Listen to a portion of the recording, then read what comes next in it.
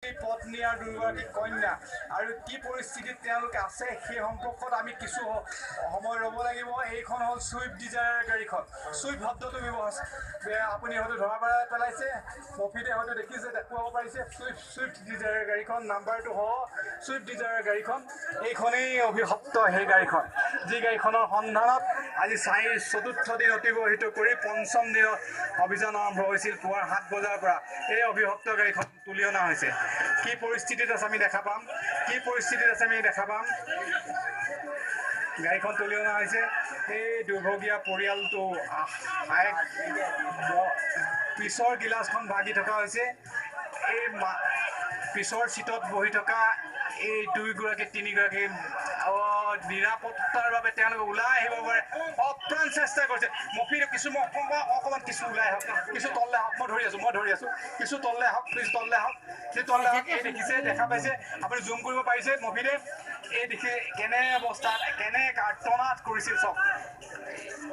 পিছৰ গিলাচখন ভগা আছিল, পিছৰ গিলাচখনেদি তেওঁলোকে ওলাই আহিবলৈ চেষ্টা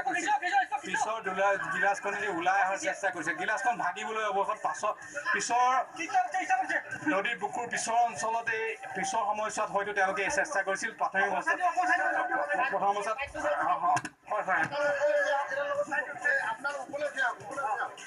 যিহেতু দাদা আপোনালোকে যে সুবিধাটো কৰি দিয়ে, আমি ভিডিঅ'টো ভুল মফিদ বিটু তুমি কেমেৰা ধৰি দাদা আপুনি আমাক চাইডে দিব বাৰু, আপুনি এই মানুহখিনি আঁতৰাই দিলে হৈ যাব। মই ভিডিঅ' আমাৰ ডিব্ৰুগড়, আমাৰ ডিমৰ পৰা অহা ভিডিঅ' যে বিটুক মই অনুৰোধ জনাইছো, বিটু কিছু আগলৈ যাওক, যি এটা পৰিৱেশত আছে চব।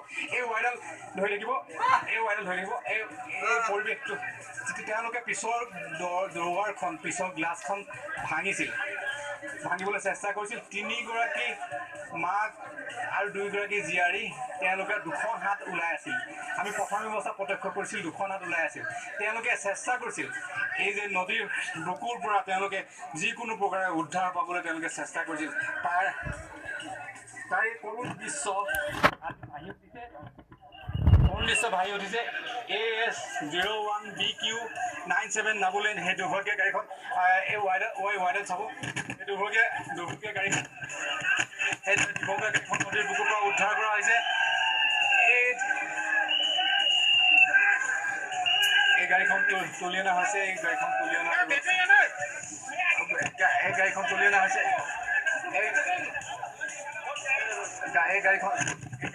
হৈছে, কিমান এইখনেই অভিশপ্ত গাড়ীখন, এইখনেই সেই অভিশপ্ত গাড়ীখন, যিখন গাড়ী হৰেণ বৰা 5জনীয়া পৰিয়ালটো সোমাই আছে। উদ্ধাৰৰ বাবে উদ্ধাৰ কৰা হৈছে, পাৰলৈ তুলি অনা হৈছে,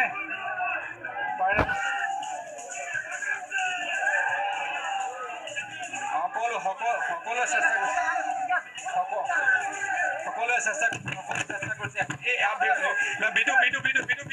পিছত আমি টনা অংশৰ পৰা দেখাবলৈ চেষ্টা কৰিম, নদীৰ বুকুৰ পৰা উঠি অনা টনা অংশৰ পৰা দেখাবলৈ চেষ্টা কৰিম,